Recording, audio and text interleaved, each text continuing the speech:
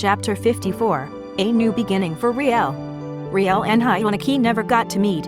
Instead, Rielle ran away upon seeing him being sweet to another girl her age. She felt hurt, and at the same time, guilty for leaving Hyunaki for Hwonchul. In the new hotel she checked in, a call from Andrew came. "Hello Rielle. I called because I want to help.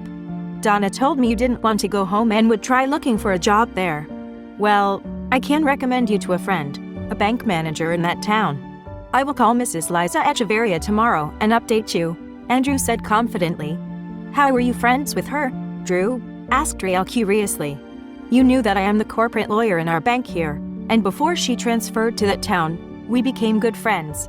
She was now managing the bank at the same town, so I could ask her to take you in as Rielle cut his words, as a bank teller. I don't want a secretarial position, Drew. I need something different, far from what I was doing, please," Rielle requested.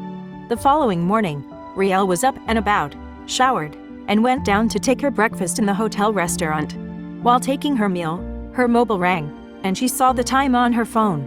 It was already 9 in the morning. "Yes. Hello, Drew. Any news?" asked Rielle with eagerness.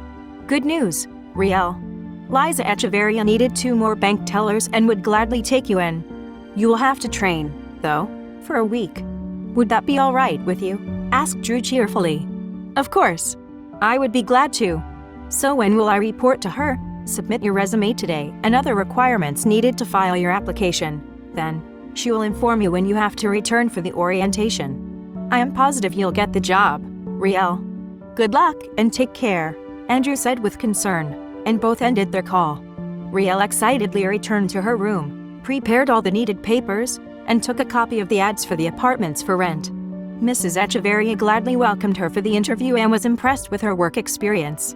"Why did you leave your job when you're earning much more than what you would receive as a bank teller?"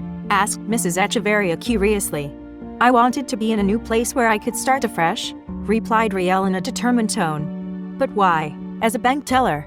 Why not the same position you had from the KORH&H Industries? You would receive higher pay and better benefits," Mrs. Echeverria asserted. "I felt burned out of my previous job. That is why I moved out here, to experience a new place and a new type of work far from secretarial duties," Mrs. Echeverria nodded affirmingly, then said, "You were brave to stay in a place strange to you, and I salute you for that. But I must complete my interviews first, and then I will let you know. You are already in, Miss Kalma, and I will give you a call when to start." Mrs. Echeverria shook hands with Rielle, then Rielle left happily. Rielle went to the place where the apartment for rent was, but it was too expensive, far from the bank and the bus stop. Wanting to be closer to her workplace, she returned to the street where her bank was and looked for possible available places, but to no avail. She stopped by a food chain store to take her lunch. Rielle was so tired and mentally stressed for not finding a place to move in. Then she casually asked a server at the food chain store if she knew about an apartment for rent. "I have been looking for a place to move in, but at this moment, I don't know where else I could find a place just near my workplace," the server cut in. "I knew of a place, miss. There was this compound where my friend lived nearby, and I saw a sign for rent yesterday while passing by. A guard was on duty, so you have to ask about the apartment for rent." Rielle was all ears, and the server continued, "From this store, walk 3 blocks more. I would advise you to be patient walking so you could find where the compound was, then later, after finding it, you can already take a bus for your return home," the girl said in a positive tone. Rielle got encouraged by the help the crew had given her. "Oh, thank you so much. You were a blessing. I'll be going now." "Thank you again." Rielle's hope grew, and she was in high spirits as she visited the place. She started north and walked straight towards the 2 blocks until she reached the 3rd block. She got excited upon seeing the blue steel gate and saw the sign, took it down, and rang the doorbell. A guard answered the doorbell, and as he opened the gate, Rielle flagged the for rent sign before him, making the guard smile. He led her in and showed her the apartment for rent. It was located on the upper floor of the building, had 3 doors, and the 3rd one was available. It was studio type and was at the end of the hallway. "I could not show you the place, ma'am, but if you are interested, you must see the owner, Mrs. Hinaud. She was living in an executive village 2 blocks from here. You have to take a cab to go there because walking was not advisable because her residence was too far, and the houses there were huge.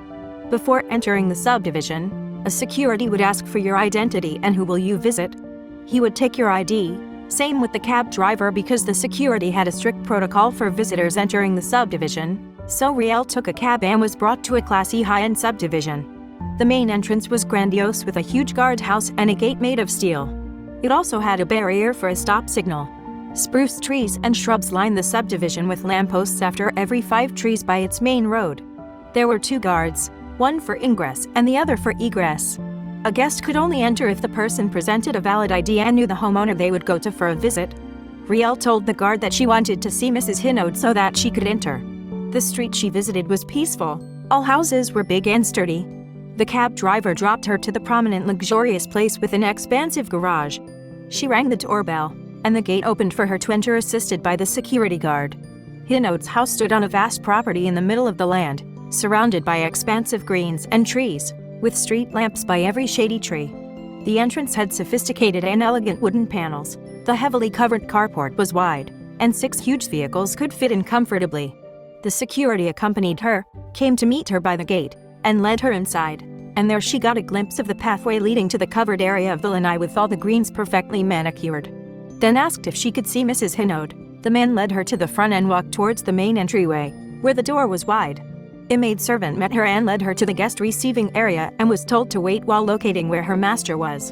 The house was so big with its beautiful accent walls. She knew it must be hard to locate someone in this size, with so many doors and areas to look for. She stood up from the couch. A large paintings caught her attention. It was a large paintings of landscapes and family pictures mounted on the wall. While absorbed in her observance of the trinkets her eyes could catch, Mrs. Hinault appeared by the entrance, all smiles as she greeted Rielle. The lady dressed elegantly was in her mid-70s but still looked young and had a confident and reserved stature. Her hair was gray, short, and curly. Her face, with fewer wrinkles, was smooth and flawless, without makeup, had refined eyebrows, had a very aristocratic-looking nose, and had slanting eyelids with sparkly brown eyes. Rielle was positive. She was pure Japanese. Mrs. Hinault was petite and slender in an elegant way. She was soft-spoken, as the tone of her voice was slight, having a quiet and gentle voice. Rielle told her that she was interested in getting the apartment. "All right, but before we agree, I must show you the apartment first." She called her chauffeur to drive them to the compound. "You said you are alone. You are so young and new to this place. Anyway, you'll be safe in my apartment because the tenants are kind and friendly, and my security is just a sight away from the apartment." The landlord lady led her to the apartment and described the place as they walked toward it. "This is a 1-bedroom studio apartment, but since the living area is vast, it would be up to you to divide the area into a living and dining room, and the kitchen is close to the bathroom. You have your electricity and water supply. If you need an internet connection, I will apply for one as soon as you settle. If you are getting this door now, Miss Rielle, you will pay 2 months deposit and 2 months advance, plus the internet connection," explained Mrs. Hinault. "Yes, I will get it now to start shopping for my furniture and move in tomorrow." Rielle was too happy about the turnout of her day, and it was also her first time living independently. She had a one-stop shopping at the mall where she found everything she needed: a single bed, bed covers, and sheets, pillows, curtains, a couch, a dining table for 2, a cooktop, a rice cooker, a small ref, dishwares, pots and pans for her kitchen complete with all the cutlery. Rielle heaved a sigh of relief after doing everything she needed to move into her new place, a new life. Could the independence she sought make her happy and succeed as an independent working girl? Keep following more exciting Windows of the Heart series episodes on my YouTube channel and TikTok. Thank you.